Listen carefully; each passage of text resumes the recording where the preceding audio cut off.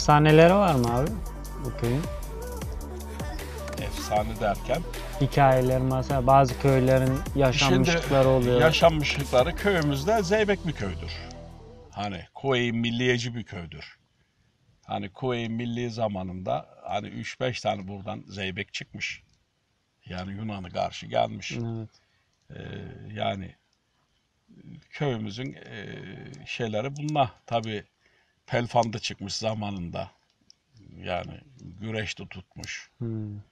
Yani tabii bunların bir kayıt tutulmadığı için Gulag gazetesinden şeyle mesela Çanakkale Savaşı'nda Galicia'da savaşmış Çanakkale Şehitler Derneği'nden bana mektup geldi. Osmanoğlu Osman.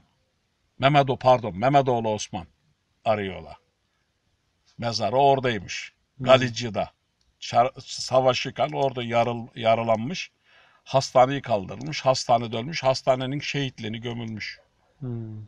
Şimdi ben araştırıyorum. Soy isim olmadığı için yani bulunmadık kim olduğunu ama büyük bir ihtimalle buradan Yusufderesi köyüne giden Halil İbrahim Kavaslı, Halil İbrahim denir. Halil İbrahim Karaerva. Onlardan olduğunu tahmin ediyorum. Çünkü o buradan oraya bir evlatlığı gitmiş. Babası oladı kalmış. Yani öyle bir hikayesi de var. Tabii ne derece doğrudur onlarla teyit etmek lazım. Bunu oturup da konuşmak lazım. Şirinköy'de eski adı Keçililer Köyü. Hani o devirdeki muhtar arkadaşımız mektubun üstünü yazmış. Türkçe bizim yavan biraz. Hani kestirmeden geçiyoruz. Keçiler. Ödemiş Keçiler yazmış. Adam mektubun üstüne. Hı hı. Onlar da yani bizi küfür ediyor bu anlamında. Köyün adını değiştirdiler. Dilekçe verdiler. Şirinköy yaptılar. Şirinköy yani bugünkü eski Keçililer Köyü. Aslında Keçililer Köyü. Hani birkaç keçi çobanı geliyor. Kösüler Köyü'nden oraya yerleşiyor. Sonra köy gitmeyi veriyorlar. Orada kalıyorlar. Köy oluyorlar. O da Kösüler Köyü'nün mahallesiydi. Hmm. Yeniköy, Ciditköy. Hani yeni anlamında. Sonradan Yeni Türkçeden değiştiriliyor adı. Yeniköy oluyor. Hmm. Ciditköy eski adı. Hmm. Onun öbür tarafında Dırmızanla var. En güzel demiri onlar döver. Yani şu andaki Demircilik köyü. Yukarıda dağın dibindeydi.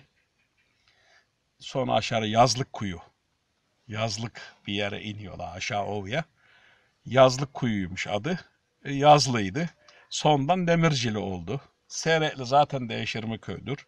Yani sağdan soldan göç alarak yerleşik düzeni geçen bir yerdir. Kızılcavlı öyledir.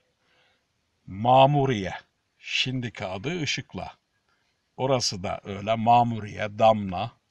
Sonra Işıkla. Yani bunlar zaman zaman değişiyor. Bu şekilde. Ödemiş'in daha önce otağmış sonra Ödemiş olduğu gibi. Ben meslek olarak graderciyim. YS'ciyim yani. Eski YS'ci. Eskiden NAFA'ymış sonra YS olmuş. Sonra köy hizmetler oldu. Ondan sonra özel idare altyapı daire başkanlığı oldu. Ben ondan sonra emekli oldum. 32 sene bir fiil çalıştım.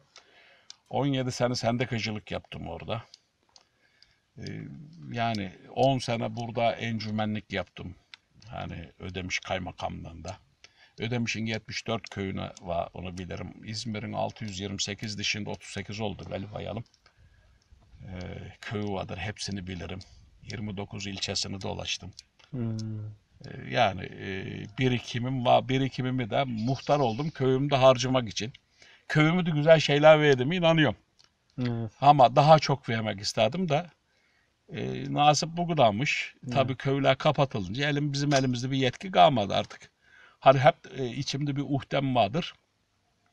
Bir tane seminer salonu yaptırıp kışın ölü mevsimde genç kızlarımıza aile nedir? Bütün fertli aileden başla. Hani aile çocuk bakımı nedir? Aile nedir?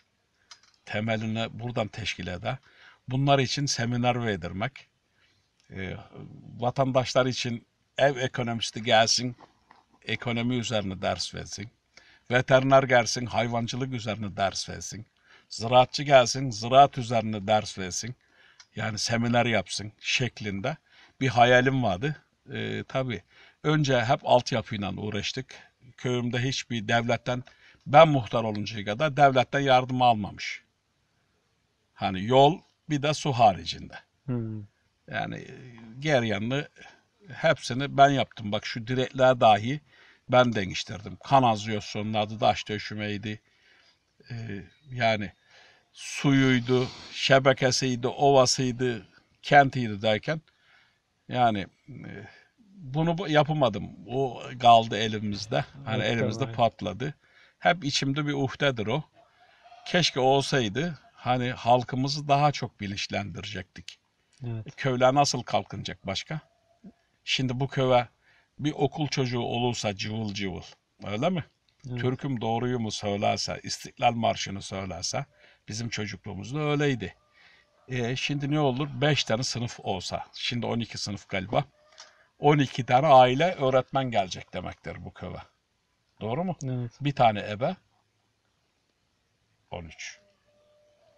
Bir de muhtar, 14. 4 aza, 18. Bir bekçi, Evet. 19. Öyle mi? Yani ne demek? 19. Bir de cami imamı, 20. 20. 20 tane modern aile gelecektir. Bu modern aile bunlar hep görgü usulüdür. Hani birbirinden görerek. Türk halkı fazla okumayı sevmiyor. Hele köy kesmi. Hep göğdünden örnek alıyor. Türk milleti zekidir diyor. Ama nasıl zeki? Göğdünde çalıyor. Evet. Bu köylüler de birbirinden görerek ne olacaktı? Daha çok hani gelişme hızlı sağlanacaktı. Öbür türlü şimdi bu şekilde 50 sende gelişirse benim dediğim şekilde 25 sende gelişecekti. Ne oluyor? Köyde dedikodu bol. Cehaletin olduğu yerde dedikodu çok olur. Evet. Eğitimin gelmesi gerek. Yani. Onun için şimdi köyden taşımayla çocuklar okulu başka yere gidiyor. Aha onun da avantajları var ama ne olursa olsun bir köyde okul olmalı. Evet. Çocuklar orada sabahleyin Türk'üm doğruyum diye andımızı okumalı. İstiklal Marşı'nı okumalı. Hani cuma gün öğlenden sonra. Evet. Yani vatandaş da yoldan geçerken onun sesini duyduğu zaman esas duruşu geçmeli. Hani biz bayrağımız için varız. Vatanımız, millet içinimiz varız yani. Vatan yoksa millet de yok. Hı. Onun için hepsi bir bütün oluyor. Bak senin de şimdi bu köylen bir şeyliğin var. Evet. Bu Hani köylüyüm ben de. bu köylüsün. Kütüğün bu köye kayıtlı. Ama ne mutlu bak gitmişsin ola da bir şeyler. Keşke her okuyanımız hani durgun bir gölü birden taş atıyorsun. Kenarı gelinceye kadar 50 tane dalga oluyor. Evet. Keşke köyümüzün gençler hepsi gitse okusa kimi savcı, kimi hakim, kimi doktor, kimi mühendis, kimi avukat, değil mi? Kimi Evet. böyle televizyoncu veya ocu bucu olsa herkes hani karınca kararınca köyü geri dönse değil mi? Evet abi. Bu köy daha çok hızlı gelişir. Olur. Son bir şeye de değinelim abi. Oraya değinmedik. Köyün geçimi önceden ve bugüne kadar nasıl gelişiyor? Çok eskiden yine de hayvancılık varmış ama azmış. E, saçma pamuk ekiliyormuş. Ovanın ortasından gelen yol var ya Hı hı. mezarının karşısını geçen yol. Evet. Sağ tarafı otluk, sol tarafını ekin ekiyorlarmış. Ertesi sene o tarafı ekin, bu tarafını otluk yapıyorlarmış. Hı.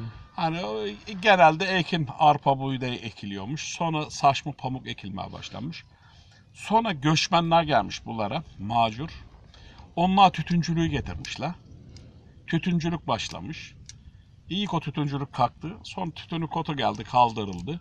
Sulu tarımı geçildi. Ovanın olduğu gibi yemişlikti.